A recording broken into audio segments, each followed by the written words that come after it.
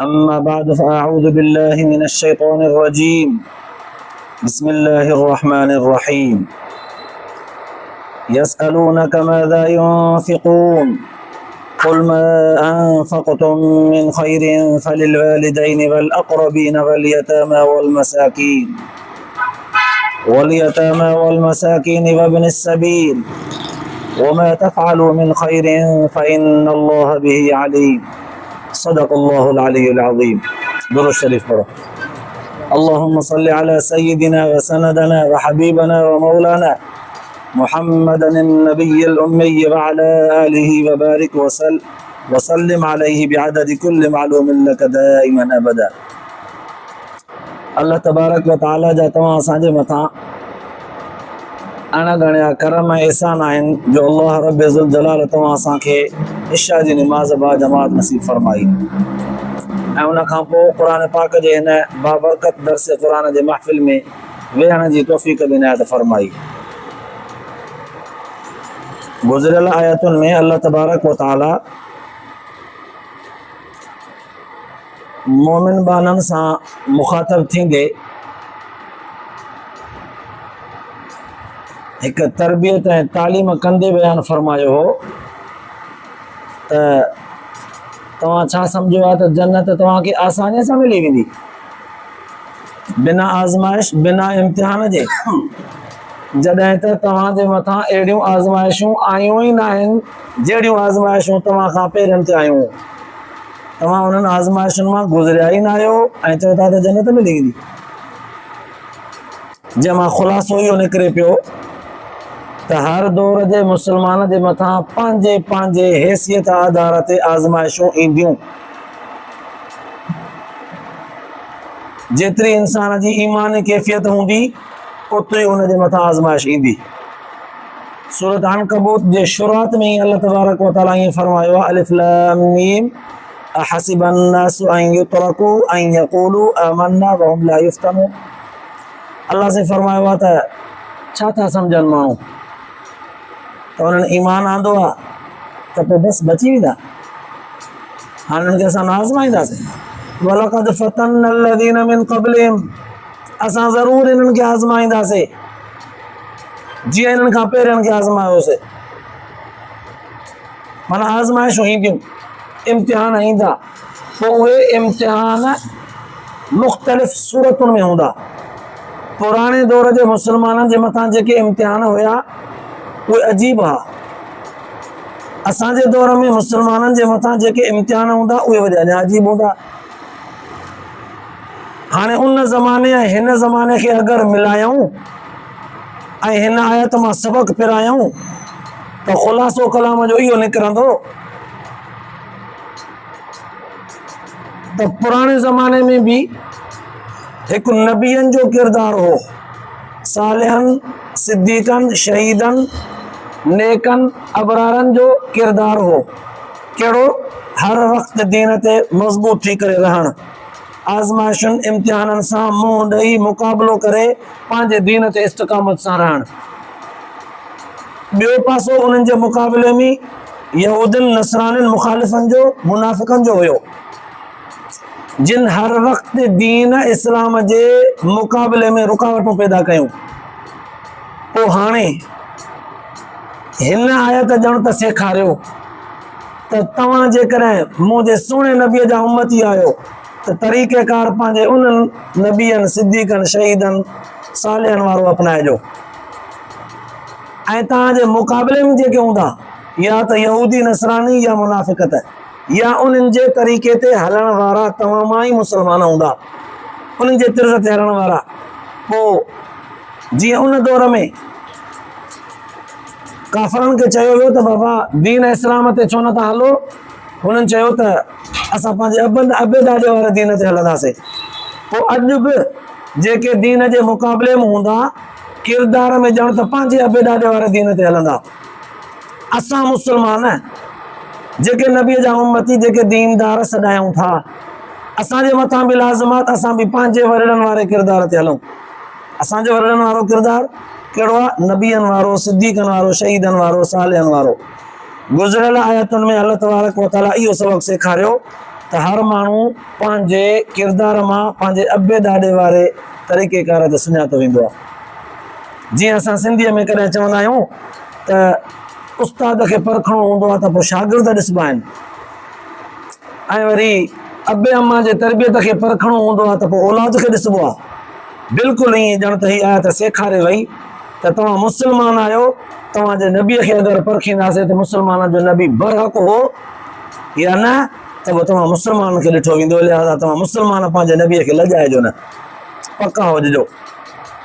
ॾुखियनि मुश्किलात हालात में दीन खे छॾे न वञिजो, नमाज़ रोज़ो छॾे न वञिजो, पंहिंजे नबीअ जे हिकु हिकु सुन्नत जी पैरवी कंदे अमल कंदे पंहिंजे दीन ते इस्तक़ामत सां मज़बूती सां गुज़ारिजो। इहो सबक़ ॾिनो गुज़िरियल आयतुनि। पोइ अॼोकी आयत जो इन आयत सां तालुक़ ही आहे त यादि हूंदो तव्हांखे त सूरतुल बक़रा जे लैसल बिरु खां वठी अधु सूरत बक़रा जो पोयों हिसो जॾहिं शुरू थियो हो त पोइ उतां खां ई अल्लाह तबारक व तआला अहकामनि जे बयानु करण जी शुरूआत कई। उन्हनि अहकामनि खे बयानु कंदे कंदे रोज़े जा अहकाम बि बयानु थिया, मरीज़ ऐं मुसाफ़िर जे रोज़े जो बि बयानु थियो, किसास जो बि बयानु थियो, ऐं हिन सां गॾोगॾु हज जो बयानु थियो, ऐं हिन सां गॾोगॾु उमिरे जो बयानु थियो, इन सां गॾोगॾु दुआउनि जो बयानु थियो त हज खां पोइ हिकिड़ा माण्हू दुआ घुरंदा आहिनि दुनिया जी, ॿिया दुनिया आख़िरत ॿिन्हिनि जी, ऐं इन खां पोइ वरी उन्हनि माण्हुनि जो बयानु थियो मुनाफ़िक़त ऐं ज़िद्दियत जो, जिन खे अञा तरबियत कजे त वधीक ज़िद्दी थी वञनि। त पोइ इन खां पोइ वरी अञा बनी इसराईल जे मथां जेके अल्लाह ताला नेमतूं कयूं, उन्हनि अल्लाह ताला जे नेमतुनि जी नाक़दरी कई, उन जो बि बयानु थियो। त पोइ ईअं गुज़िरियल आयतुनि में अल्लाह ताला काइनात सॼे जा इंसान इब्तिदा में हिकु दीन ते हा, इन जो बि बयानु थियो। त गुज़िरियल आयतुनि में वरी दीन ते इस्तिक़ामत थी करे मज़बूत थी करे रहण जो बयानु थियो। इन ई निस्बत सां अॼोकिन आयतुनि में बयानु ही आहे त हुज़ूर सलातो वसलाम जन खां सहाबिन सगोरन, जीअं रिवायत जे अंदरि ईंदो आहे त हज़रत उरवा बिन जमूह रज़ी अल्लाह ताला अन्हु ऐं कुझु ॿिया सहाबी सगोरा मालदार हुया, हुज़ूर सलातो वसलाम जन खां अची करे पुछा करण लॻा, साईं फिदा का अबी व उम्मी या रसूल अल्लाह, साईं मुंहिंजो अबू अम्मा तव्हांजे मथां कुर्बान, साईं असां पंहिंजो माल ख़र्च करणु चाहियूं था, पोइ साईं कीअं ख़र्च कयूं,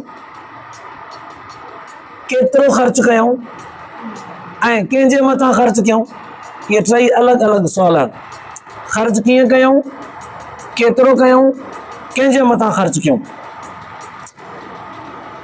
यादि रखिजो त हीअ आयत ज़कात जे मुतालिक़ न आहे। ज़कात अल्लाह तबारक व तआला ख़ुदि ईंदो आयतुनि में अॻिते। ज़कात अल्लाह तबारक व तआला जेका फ़र्ज़ कई आहे उनजो निसाब बि मुक़ररु आहे, उनजी हद बि मुक़ररु आहे, उन में सुवाल ई कोन्हे। जीअं अल्लाह ताला चई आहे तीअं बयानु करणी आहे ऐं तीअं असांखे उनजे मथां अमल करिणो आहे। हीउ सवाल ज़कात खां अलावा ॿिए अञा कुझु माल आहे पर वाफ़िर मिक़दार में अल्लाह ताला जी नेमत आहे, पोइ बि उन माल खे ख़र्च करणु चाहे थो को माण्हू, ज़कात खां सवाइ बि काफ़ी मिक़दार में आहे, ख़र्च करणु चाहे थो त हाणे कीअं कजे? साहिबनि सगोरनि अर्ज़ु कयो, साईं माल कीअं ख़र्च कजे? हाणे इहो हुज़ूर सल्लल्लाहु अलैहि वसल्लम जन खां सवाल थियो आहे।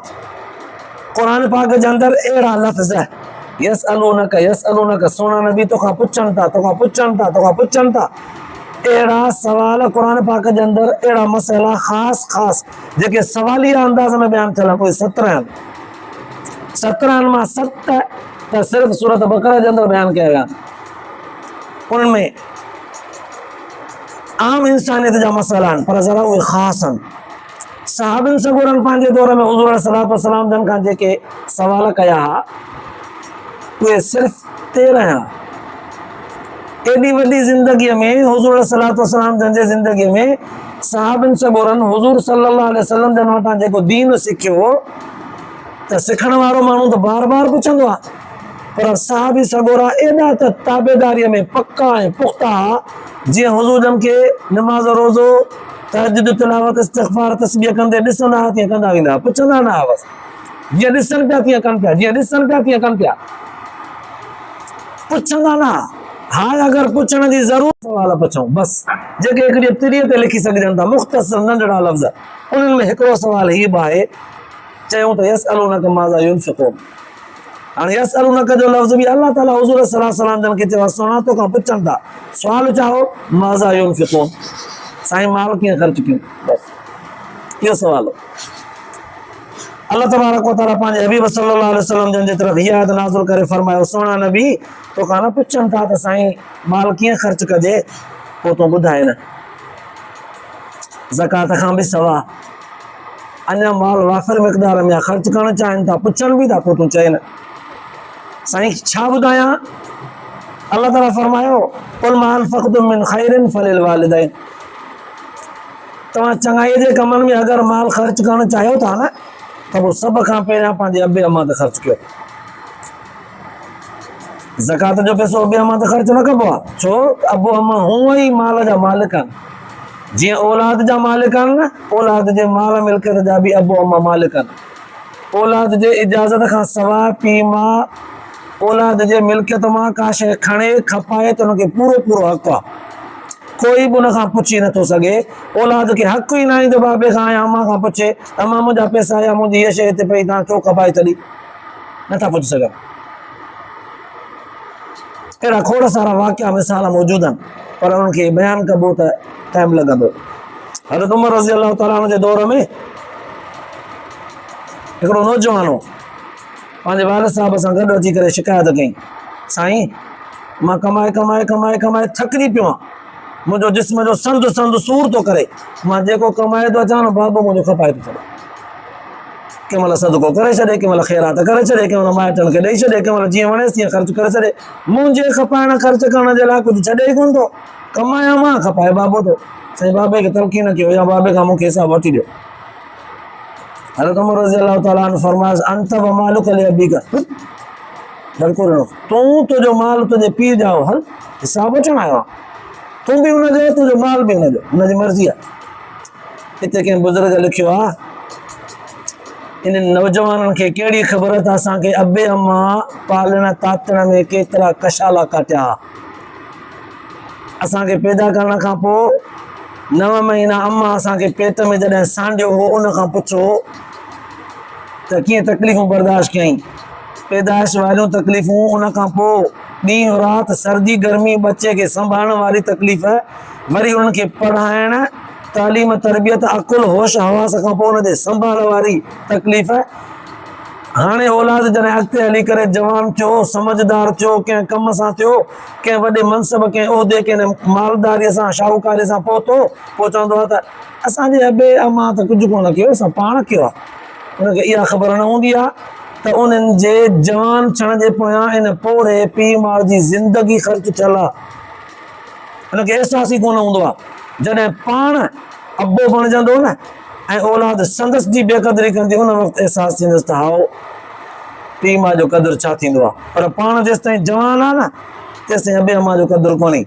अल्लाह ताला इते क़ुर पाक जे इन आयत जे ज़रिए ज़िंदह जेरनि जाॻंदड़ इंसाननि खे इहा तरबियत ॾेई करे अकुल सां होश हवास सां इहा ख़बर ॾिनी आहे त यादि रखो, अगरि माल ख़र्च करणु चाहियो था न, पंहिंजे पोड़नि पीउ माउ जे मथां ख़र्च कयो। पहिरें नंबर ते बयानु कयईं, पहिरें नंबर ते पीउ माउ जे मथां ख़र्च कयो। रिवायत जे अंदरि ईंदो आहे, बुज़ुर्गनि लिखियो आहे, इहे अबो अमा जॾहिं पोड़ा थी वेंदा आहिनि न, ज़ईफ़ थी वेंदा आहिनि, भले पंहिंजे अकाउंट, पंहिंजे हथ, पंहिंजे गोॾे हेठां, पंहिंजे पेर हेठां करोड़नि अरबनि जी मिल्कियत हुजे, पर तब उन्हनि जी दिलि वधीक ख़ुशि थींदी आहे हिन ॻाल्हि में त मुंहिंजो औलाद मूंखे कुझु ॾे न। मुंहिंजो जीअं असां नंढे हूंदे नंढनि ॿारनि खे, बचड़नि खे, मासूमनि खे का शइ ॾींदा आहियूं, पोइ चवंदा आहियूं त ॾे त आ त कर, चवंदा आहियूं खाराए। सच पच असांजो ॿार खां मोटाए वठण जो इरादो हूंदो आहे। इहा वात पटे चवंदा आहियूं प्यार में त आ कर खाराए मूंखे, सच पचम खाइण जो इरादो हूंदो आहे न, चवंदा आहियूं। पोइ जे ॿारु ॾींदो आहे त ॾाढी ख़ुशी थींदी आहे, हथ ते उहा शइ रखंदो आहे त ॾाढी ख़ुशी थींदी आहे। इन पोड़े ज़ईफ़ अबे अमा खे बि उन वक़्तु औलाद भले पाण वांगुरु पोड़ो थी वियो आहे, त बि इहो इरादो हूंदो आहे त मुंहिंजे हथ ते रखे न, पोइ वरी वराए मां मोटाए ॾियांसि, पर मुंहिंजे हथ ते रखे त सही, अचे त सही। ईअं पुराणे ज़माने में हिकिड़े काज़ी उल क़ुज़ात वटि इस्लामी हुकूमत हुई। हिकिड़े पीउ हिकिड़ी मां पोड़ीअ औलाद जे मथां केस कयो त औलाद ते मुंहिंजो हक़ु आहे न। काज़ीअ खां पुछाई, हा हक़ु आहे, क़ुर बि चवे थो त पीउ माउ जे मथां ख़र्च कयो, मुंहिंजो औलाद अमीर आहे, ॿाहिरि मुल्कनि में हुते हुते रहनि था, हुननि जे मथां मुंहिंजो हक़ु आहे, सो मूंखे हुन खां हक़ु वठी ॾियो। काज़ीअ नोटिस मोकिलियो, हुनजो पुटु हक़ु ॾे, साईं हाज़ुर, हा ॾींदुसि, पर अम्मा खे त पाण खे एतिरी सारी मिल्कियत आहे जो मां हुनजे चोथीअ पतीअ खे बि कोन पुॼंदुसि। अञा जे मुंहिंजी ज़रूरत अथसि त पोइ मां ॾियां, काॾे कंदी, कंहिंखे ॾींदी, मां त आयासीं, हिकिड़ो बचो हिकिड़ो पुटु कंहिंखे ॾींदी। अम्मा चयो त हा मूं वटि घणी आहे, जे मां मरंदसि न त इहा बि हिनजी आहे, मरंदसि त इहा बि हिनजी आहे, पर मुंहिंजो जेको हक़ु अथसि न उहो मूंखे ॾे। चलो काज़ीअ जी हुकुम सां औलाद चयो मां हक़ु ॾींदुसि। हाणे काज़ी साहब फ़ैसिलो करे मुक़ररु कयो त हर महीने हेतिरा दिरहम अम्मा खे ॾींदो करे। अम्मा जवाब में चयो एतिरा न, सिर्फ़ु 5 दिरहम मूंखे ॾींदो करे। पर काज़ी साहब